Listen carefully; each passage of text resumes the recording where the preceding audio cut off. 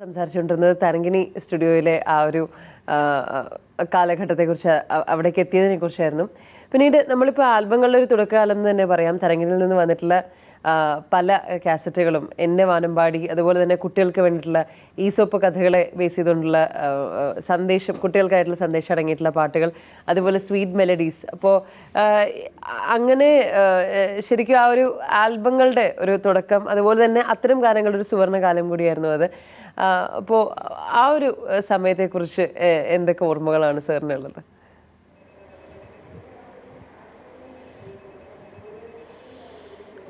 അതിനെക്കുറിച്ച് പറഞ്ഞാൽ ഒത്തിരി പറയാനുണ്ടെങ്കിൽ എങ്കിലും സമയപരിധി ഉണ്ടല്ലോ, ചുരുക്കി പറയാം. അങ്ങനെ പ്രിയസഖിക്കൊരു ലേഖനം എന്ന സിനിമയുമായിട്ട് ദാസേട്ടനെ ബന്ധപ്പെട്ട് ആ സിനിമയ്ക്ക് ഏറ്റവും വലിയൊരു പ്രത്യേകത ഉണ്ടായിരുന്നു. ഞങ്ങളുടെയൊക്കെ കൂടെ ഒരു തീരുമാനം, ഒരു പുതിയ തീരുമാനം, ഒരു പുതിയ ആശയം ഞങ്ങൾക്ക് കിട്ടി. ദാസേട്ടൻ, യേശുദാസ് ആദ്യമായി മലയാള സിനിമ സംവിധാനം ചെയ്യുന്നു എന്നൊരു വാർത്ത വന്നു കഴിഞ്ഞാൽ ജനം വളരെ ശ്രദ്ധിക്കും. അന്നത്തെ ബാലിശമായ ഒരു ചിന്തയാണെന്ന് കുട്ടിക്കോ. ദാസേട്ടൻ ആദ്യമായി സംവിധാനം ചെയ്താൽ ആ പടം വിജയിക്കും, ജനം ഇടിച്ചു കയറും എന്നൊക്കെയുള്ളൊരു വിശ്വാസത്തോടുകൂടി ഞാനാണ്, നമ്മുടെ അന്നത്തെ പ്രൊഡ്യൂസർ ഒരു ഗോപാലൻ സാറാണ്, അദ്ദേഹത്തോട് പറഞ്ഞു, നമുക്ക് ദാസേട്ടൻ സംവിധാനം ചെയ്യട്ടെ. അയ്യോ, അദ്ദേഹം സംവിധാനമൊക്കെ ചെയ്യുമോ? പാടുകയല്ലേ ഉള്ളൂ. അല്ല, ഒരു നിറഞ്ഞ സംഗീതജ്ഞന് കലയുടെ എല്ലാ വശങ്ങളും ചെയ്യാൻ കഴിയും എന്നൊക്കെ പറഞ്ഞ് വാദിച്ച് അദ്ദേഹം, അയ്യോ ദാസേട്ടനെ കിട്ടുകയാണേ നമ്മൾ ഭാഗ്യവാന്മാരാ എന്ന് പറഞ്ഞ് അങ്ങനെ ദാസേട്ടൻ്റെ അടുത്ത് ചെന്ന് ഞാൻ വളരെ വളരെ നയപരമായിട്ട് ഈ കാര്യം അവതരിപ്പിക്കുകയും പെട്ടെന്നുണ്ടായ ഒരു മൂഡിൽ അദ്ദേഹം സമ്മതിക്കുകയും ചെയ്തു. അങ്ങനെ ചെയ്തു വന്ന അതിൻ്റെ പ്രാരംഭ പ്രവർത്തനങ്ങൾ നടന്നു വന്നപ്പോഴാണ് നമ്മുടെ കാർത്തിക, മുൻപ് ഒരു നടി ഉണ്ടായിരുന്നല്ലോ, ബാലചന്ദ്ര മേനോനൊക്കെ കൊണ്ടുവന്ന ഒരു കാർത്തിക എന്ന നല്ലൊരു നടി ഉണ്ടായിരുന്നു. ആ നടിയെ ആദ്യം ഇൻ്റർവ്യൂ ചെയ്യുന്ന വില്യംസിനെ മദ്രാസിൽ നിന്ന് വരുത്തി ക്യാമറ കൊണ്ട് വെച്ച് ആദ്യം സ്ക്രീൻ ടെസ്റ്റ് നടത്തിയത് സത്യത്തിൽ ദാസേട്ടനാണ്. അതിന് ഭാഗഭാക്കായത് ഞാനുമാണ്. അങ്ങനെ വന്ന് ഒക്കെ ഇരിക്കുന്ന കാലഘട്ടത്തിൽ ആ ബന്ധം അങ്ങോട്ട് ശരിക്കും ഒഴുകി വന്നു, ആഴം വന്നു, വിശാലത വന്നു. ആ സമയത്താണ് തരങ്കിണിയിൽ സ്വീറ്റ് മെലഡീസ് എന്നൊരു ഇനം ഇറക്കുവാൻ തീരുമാനിക്കപ്പെട്ടത്. അങ്ങനെ സ്വീറ്റ് മെലഡീസ് പ്രിയസഖിക്കൊരു ലേഖനം ഞാൻ എഴുതിയാണെന്ന് ദാസേട്ടൻ അറിയാം. സാമാന്യം നന്നായിട്ട് രചനയും നിർവഹിക്കും എന്ന് വിശ്വാസം ഉണ്ടായിരുന്ന ദാസേട്ടൻ പറഞ്ഞു, അത് രംഗനാഥ് തന്നെ എഴുതിയാൽ മതി എന്ന് പറഞ്ഞു. അങ്ങനെയാണ് സ്വീറ്റ് മെലഡീസ് ആദ്യമായിട്ട് ഇറക്കുന്നത്.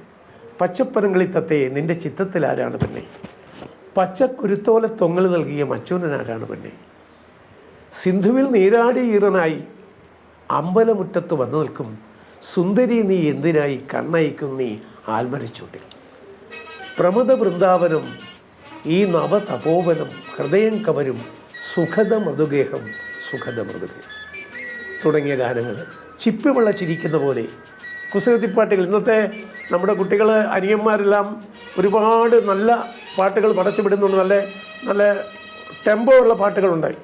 പക്ഷെ അതൊക്കെ അന്ന് ആ ടെമ്പോ ഉള്ള പാട്ടുകളൊക്കെ വർഷങ്ങൾക്ക് മുമ്പേ ഞങ്ങളെപ്പോലുള്ളവർ ചെയ്തിട്ടുള്ളതാണ്.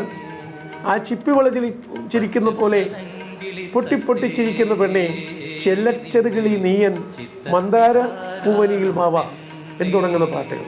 അങ്ങനെ താളക്കൊഴുപ്പുള്ളതും മന്ദഗതിയിലുള്ളതും അങ്ങനെ എല്ലാ തരത്തിലും മെലഡിയും ഹാർമണിയും എല്ലാ ശൈലിയിലും അന്ന് ആൽബം ചെയ്തുകൊണ്ടിരുന്നു.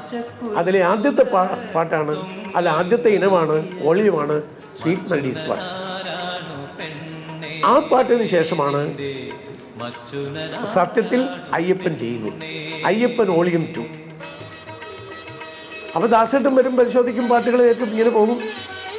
ദാസേട്ടൻ പറഞ്ഞു അയ്യപ്പൻ എഴുതണം, ധൈര്യമായിട്ട് എഴുതിക്കൊള്ളുക. അങ്ങനെയാണ് അയ്യപ്പ ഗാനം എഴുതുന്നത്. ശബരിഗിരീശ്വരൻ്റെ ഗാനം എഴുതിയപ്പോൾ ഞാൻ വിചാരിച്ചോടാ, 6 ഗാനങ്ങൾ എഴുതിയാലും അയ്യപ്പനെ കുറിച്ച് എഴുതിയ പുലിവാഹനനെ, പമ്പവാസ, പമ്പയിൽ കുളിച്ചു, പുലിപ്പുറത്ത് കയറി, അങ്ങനെ 5-8 പാട്ട്. ഇപ്പോൾ ക്രിസ്ത്യൻ പാട്ടുകൾ എഴുതുമ്പം ഒരു ജെറുസലേം, ഒരു ജോർദാൻ നദി, 2 ശോഷനപ്പൂവും, ഇച്ചിരി തിരുരക്തം ഉണ്ടെങ്കിൽ കുരിശും ഉണ്ടെങ്കിൽ പാട്ടായി. ഗാനരചയിതാവിന് എളുപ്പം. ആ സർക്കിളിൽ കിടന്ന് കളിച്ചു എന്ന് പറഞ്ഞ പോലെ ശബരിമല അയ്യപ്പനെ കുറിച്ചും ആരും പറയുന്ന ഈ പുലിയും ഈ തോടും മലയും ആയതൊന്നും മാറ്റി ഈ ശബരിമലയ്ക്ക് പോകുന്നതിൻ്റെ കാര്യം എന്താണ്? എന്തിനാണ് ഈ ശബരിമലയ്ക്ക് ഈ വൃശ്ചിക 1-ാം തീയതി മാല ഇട്ടുകൊണ്ട് എല്ലാവരും സ്വാമിയേന്ന് അലറി വിളിച്ചുകൊണ്ട് പോകുന്നതിൻ്റെ ആവശ്യകത എന്താണ് എന്ന് പറയണമെന്ന് എനിക്ക് തോന്നി. അപ്പോൾ എൻ്റെ മനസ്സിൽ തോന്നിയ ആശയമാണ്, സ്വാമി സംഗീതം ആലപിക്കും താപസഗായകനല്ലോ ഞാൻ. ജപമാലയല്ലെൻ്റെ കൈകളിൽ മന്ത്രശ്രുതിമീട്ടും തമ്പുരുവല്ലോ. ഞാൻ അമ്പലത്തിൽ തന്നെ ഇരുന്ന് ഇതിങ്ങനെ ഞെരടി ഞെരടി രുദ്രാക്ഷം ഞെരടി രാവിലെ ഉച്ചയ്ക്കും വൈകിട്ടുള്ള ചാപ്പാടും പ്രസാദവും കഴിച്ചിരിക്കുന്നവനല്ല. ജപമാലയല്ലെൻ്റെ കൈകളിൽ മന്ത്രശ്രുതിമീട്ടും തമ്പുരുവല്ലോ. ഞാൻ തമ്പുരുവിൽ വേല ചെയ്യുന്നവനാണ്. തമ്പുരുവിലൂടെ സംഗീതമല്ലേ ചെയ്യാനൊക്കൂ. ആ സംഗീത സബരിയ നടത്തുന്ന ഒരു ഭക്തനാണ് ഞാൻ. കർമ്മയോഗിയാണെന്നർത്ഥം. വിവേകാനന്ദൻ്റെ ഒരു കാഴ്ചപ്പാട്, കടമെടുത്ത. അങ്ങനെ ഞാനൊരു കർമ്മയോഗിയാണ്, അല്ലാതെ കള്ളഭക്തനല്ല എന്നാണ്. പിന്നെയോ ഈ ശബരിമലയ്ക്ക് പോയി ചെന്നപ്പോൾ എനിക്ക് കിട്ടിയ ഗുണമെന്താണ്? മനുഷ്യൻ ഒന്നാണെന്ന സത്യം എൻ്റെ മണികണ്ഠസ്വാമി അരുളി ചെയ്തു. മതമത്സര്യങ്ങൾ ഇവിടെ വേണ്ടെന്ന മഹിതോപദേശം ഞാൻ കേട്ടു. സാരോപദേശങ്ങൾ ഇന്നെൻ്റെ നാദത്തിന് ആദ്യാക്ഷരങ്ങൾ പകർന്നു. ഈ വിശ്വമാകെ ഞാൻ പാടും, ഭഗവാന്റെ തേജസ് രൂപം പകർത്തും, മനസ്സിൻ്റെ പൂവിനെ ഞാൻ പ്രതിഷ്ഠിക്കും. ഇതിനാണ് അയ്യപ്പൻ്റെ അടുത്ത് പോകുന്നത്. സ്വാമിയെ അയ്യപ്പോന്നോ അയ്യപ്പോന്നോ വിളിച്ചോണ്ട് എത്ര വർഷം കിടന്ന് അലറി മല കയറിയാലും, ഹേ ഭക്ത, നിനക്കൊരു പ്രയോജനം ഉണ്ടാകുകയില്ല. പ്രയോജനം ഉണ്ടാകണമെങ്കിൽ ഒരു മണ്ഡലക്കാലം വ്രതം രക്ഷിച്ച നീ നിന്റെ മനസ്സിനെ പ്രതിശുദ്ധമാക്കിയെടുത്ത് പ്രതിഷ്ഠിക്കേണ്ട അയ്യപ്പ രൂപം പ്രതിഷ്ഠിക്കുകയാണെങ്കിൽ അയ്യപ്പൻ്റെ സന്ദേശം നീ നടപ്പിലാക്കണം, അനുകരിക്കണം, ആദരിക്കണം. മനുഷ്യൻ ഒന്നാണ്. ജാതി മത വർഗ വർണ്ണ വ്യത്യാസം മറന്ന് ഒരു കേന്ദ്രീകൃത മനസ്സിനെ കൊണ്ടുവരാൻ കഴിയുന്ന ഏക മാധ്യമം സംഗീതമാണ്. തീർച്ചയായും ആ ഒരു സന്ദേശം ഉൾക്കൊള്ളുക തന്നെയാണ് വേണ്ടത്. ഈ ഒരു അവസരത്തിൽ ആ ഗാനത്തിന്റെ ഒരു 2 വരി കൂടി പ്രേക്ഷകർക്കായി സാറിന്റെ ശബ്ദത്തിൽ ഒന്ന് കേട്ടിരുന്നെങ്കിൽ നന്നായിരുന്നു. തീർച്ചയായും തീർച്ചയായും. ശരി ശരി.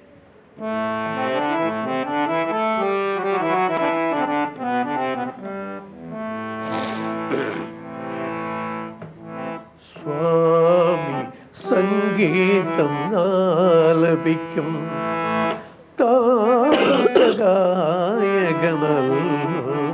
ഞാൻ. സ്വാമി സംഗീതം ആലപിക്കും താപസഗായകൻ അല്ലോ ഞാൻ.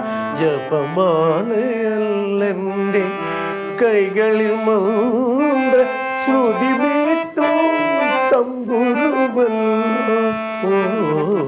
സ്വാമി അയ്യപ്പ സ്വാമി ശബരിമല സ്വാമി.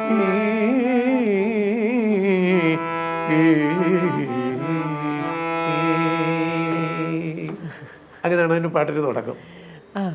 സർ, ആ ഒരു കാലഘട്ടത്തെ കുറിച്ച് ഇനിയും ഒരുപാട് അറിയണം എന്നുണ്ട്. എന്നാലും നമുക്ക് സമയപരിമിതി മൂലം മറ്റ് ചില വിഷയങ്ങളിലേക്കും കൂടി മേഖലകളിലേക്കും കൂടി കടക്കുകയാണ്.